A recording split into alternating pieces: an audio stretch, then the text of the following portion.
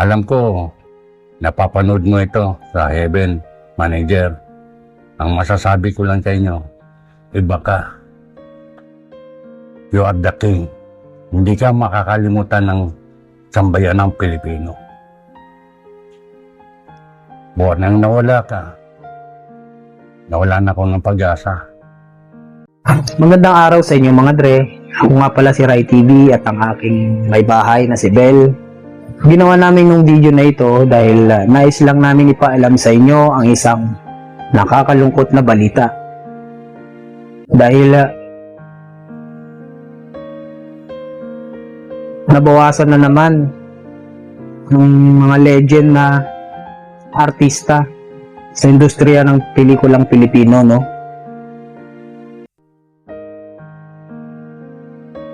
Masyadong napalapit kami sa tao na ito.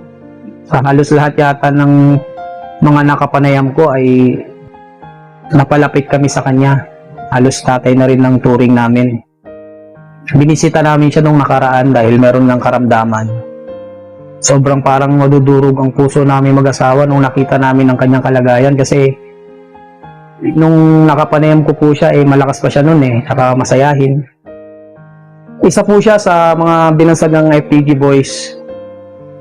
Dating nag-action star, tapos kontrabida na lang sa mga malalaking action stars natin like FPJ, halos lahat nakasama na, komedyante, action star. Kaninang umaga nakatanggap kami ng balita. Isang masamang balita.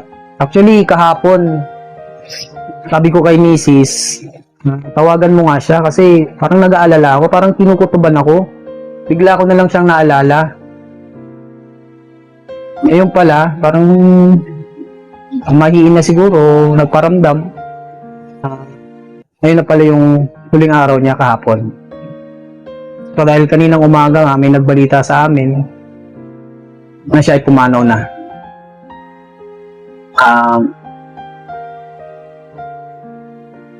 Mga kaibigan, mga dre, si Tatay Ray Roldan po ay pumanaw na kaninang umaga. Natulala ako kung nalaman ko nung nabalitaan ko yun Hindi ko inaasahan. Naging emotional lang ako, pasensya na kayo kasi napamahal na sa amin si Tatay Ray. Makabait niya kasi After nung interview niya sa akin, ang dami niyang advices na tumagos sa puso ko na hindi ko makakalimutan.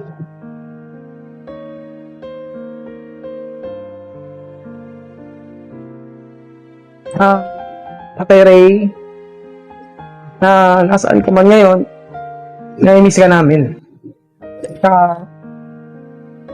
Salamat po sa mga sa ambag nyo sa industry ng pelikula Pilipino. Rest in peace po, Tatay Ray Roldan.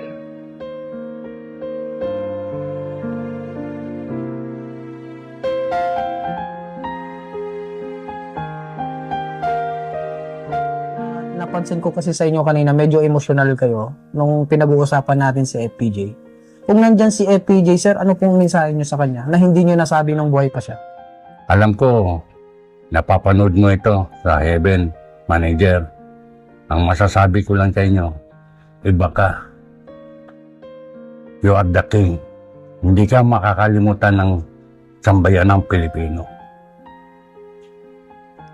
Buwan nang nawala ka, nawalan ako ng pag-asa. Alam mo naman, isa ako sa mga paborito mong entertainer. Kaya, Manager, mahal na mahal kita. Miss na miss pa kita. Love you. Huwag kang mag-alala, Manager.